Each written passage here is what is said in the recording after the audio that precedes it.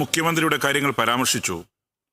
പ്രതിപക്ഷത്തിനും ഭരണപക്ഷത്തിനും മാത്രമല്ല, സ്പീക്കർക്കും ചെയറിനും അവകാശമുണ്ട്. ജനാധിപത്യം ഇന്നലെയും മിനിഞ്ഞാന്നുമായി സ്പീക്കറുടെ അവകാശമാണ് സ്പീക്കർ അംഗങ്ങളെ കാണുക, അംഗങ്ങൾക്ക് തിരിച്ച് സ്പീക്കറുടെ ചെയറിനെ കാണുക. നിർഭാഗ്യവശാൽ 2 ദിവസം പൂർണ്ണമായും സ്പീക്കറുടെ മുഖം മറച്ചുകൊണ്ടാണ് പ്രതിഷേധം രേഖപ്പെടുത്തിയത്.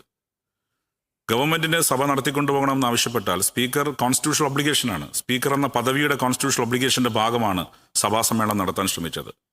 സഭാ സമ്മേളനം പൂർണ്ണമായും തടസ്സപ്പെടുത്താതിരിക്കാൻ വേണ്ടി 2 ദിവസം തടസ്സപ്പെട്ടപ്പോൾ ഇന്ന് കക്ഷി നേതാക്കളെ വിളിച്ചു. 8:30 മണിക്ക് കക്ഷി നേതാക്കൾ പ്രതിപക്ഷത്തിന്റെ ഭാഗത്ത് ആരും പങ്കെടുത്തില്ല. സമവായത്തിലൂടെ സഭ നടത്തിക്കൊണ്ടുപോകാനാണ്. അതിനും അവർ ശ്രമിച്ചില്ല. സഭ നടത്തണമെന്ന് ഗവൺമെന്റ് ആവശ്യപ്പെട്ടാൽ നടത്തേണ്ട ഉത്തരവാദിത്വം സ്പീക്കർക്കും ചെയറിനുമുണ്ട്. അതിന്റെ ഭാഗമായാണ് ഇന്ന് വാച്ച് ആൻഡ് വാർഡ് ഫ്ലോറിലിറങ്ങി വളരെ ശാന്തമായി സഭാ സമ്മേളനം നടത്താൻ വേണ്ടി പ്രതിപക്ഷത്തോട് സഹകരിക്കുകയായിരുന്നു. പക്ഷെ ഒരു തരത്തിലും സഹകരിക്കാതെ മറ്റു വിഷയങ്ങൾക്ക് പോകുന്ന സമീപനമാണ് സ്വീകരിച്ചത്. ഇത് ജനാധിപത്യത്തിന് ഭൂഷണമല്ല. ഇന്നാണെങ്കിൽ ഇന്നലെയും ഇന്നുമായി നിരവധി വിദ്യാർത്ഥികൾ കേരളത്തിന്റെ പല ഭാഗത്ത് സഭാ സമ്മേളനം കാണാൻ വന്നു. അവിടെ വളരെ അച്ചടക്കത്തോടെ അവർ പ്രതീക്ഷിക്കുന്നത് കേരള നിയമസഭ വളരെയധികം നിയമങ്ങൾ നിർമ്മിക്കുന്ന നല്ല രീതിയിൽ പോകുന്നൊരു സഭയാണ്. അങ്ങനെ തന്നെയാണ്, ഇപ്പോഴും അങ്ങനെ തന്നെയാണ്. പക്ഷെ നിർഭാഗ്യകരമായി ഇന്നലെ അവർ വന്നപ്പോൾ കണ്ടത് സ്പീക്കറുടെ മുഖം മറച്ചും സ്പീക്കർക്കെതിരെ ആക്ഷേപ മുദ്രാവാക്യങ്ങൾ വിളിച്ചും സ്പീക്കർ ആക്ഷേപിക്കുന്ന കാര്യമാണ് ഇന്നലെയും മിനിഞ്ഞാന്നുമായി അവർ കണ്ടത്. ഇത് ജനാധിപത്യത്തിന്റെ ഭൂഷണമല്ല.